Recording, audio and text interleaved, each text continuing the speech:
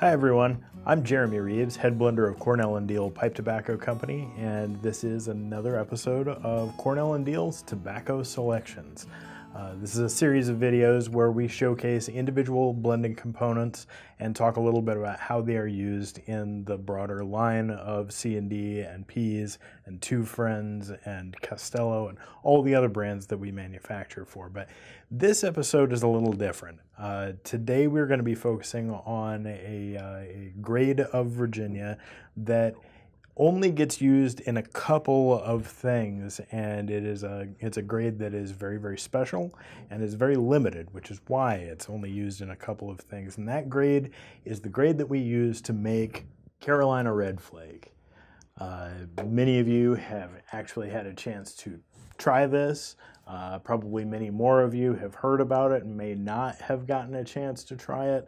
The grade that we use to make Carolina Red Flake came to me in a sample packet when I was doing a tasting panel to source a new grade of Red Virginia to be used in our regular line.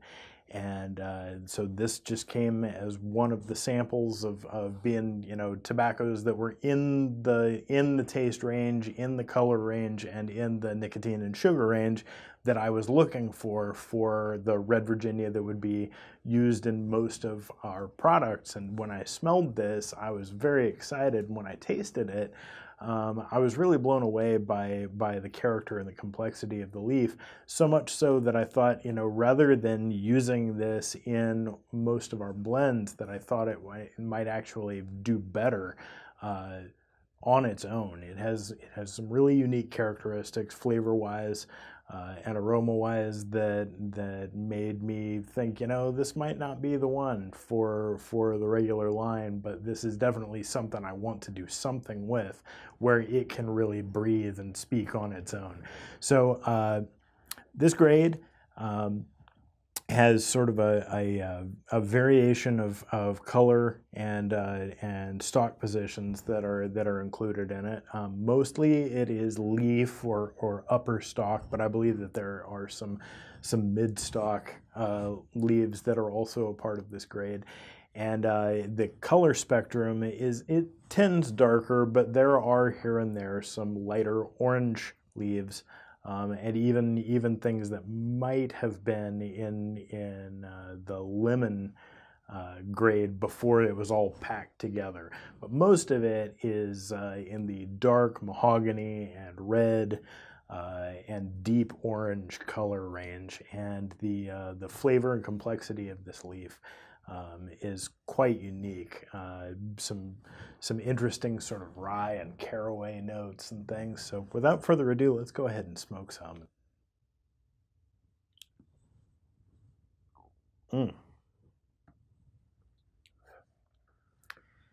Reminds me of rye whiskey a bit.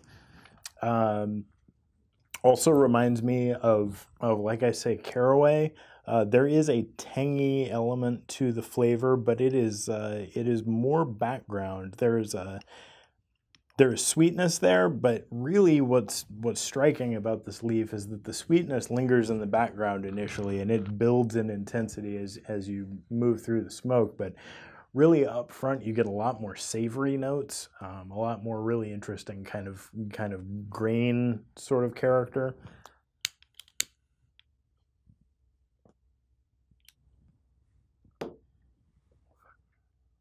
The sweetness itself has elements of like molasses, where there is certainly sweetness present, but a lot of the character surrounding that sweetness is more savory than it is necessarily sweet, if that makes sense.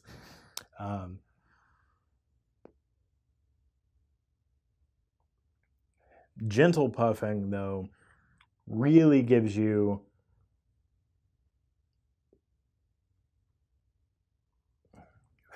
a soft, sort of powdery sweetness and just the subtle tinge of spiciness.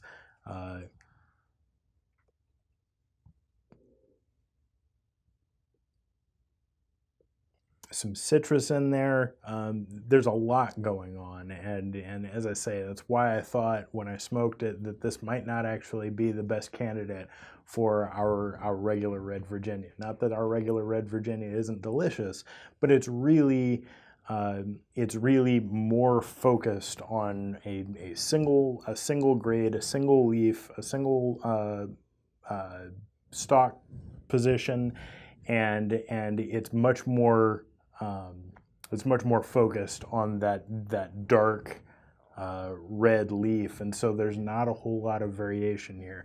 In this grade, we've actually got a few different things packed together, and they work so beautifully. So we also do use this grade in Speakeasy, and a small amount of it goes into the Briarworks Sweet Tea blend. So if you're interested to see how this grade works in a blend, Speakeasy is roughly 80% this particular red orange Virginia, with just really small helpings of Perique and Oriental and Dark Fired.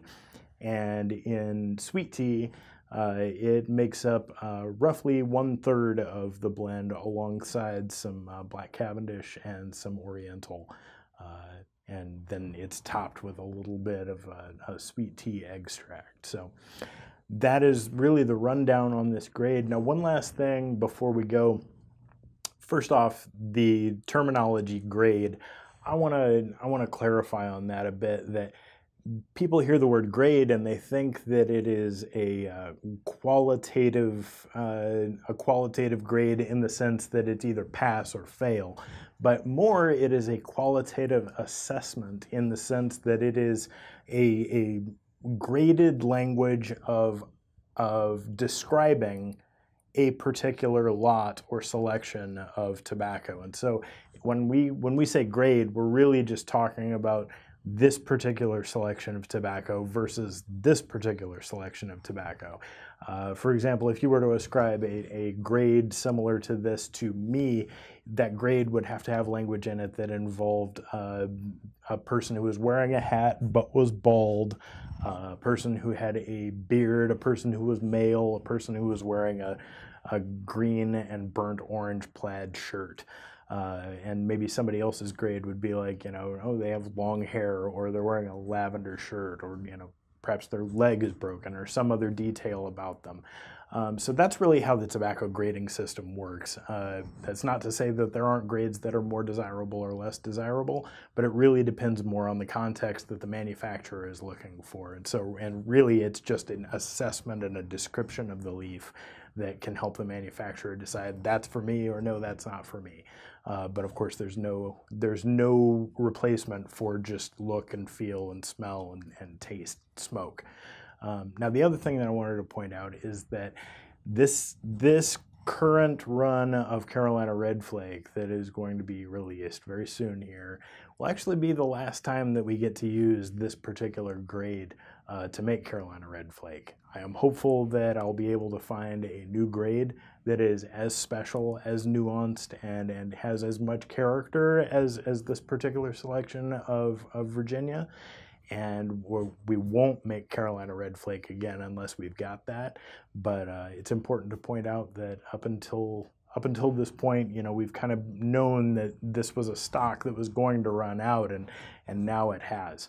So I will be looking for a new grade that might be able to be something used in Carolina Red Flake offerings in the future. So that's really all I've got for you here today, guys, and I hope this has been educational, and look forward to seeing you next time on Cornell and Diehl's Tobacco Selections.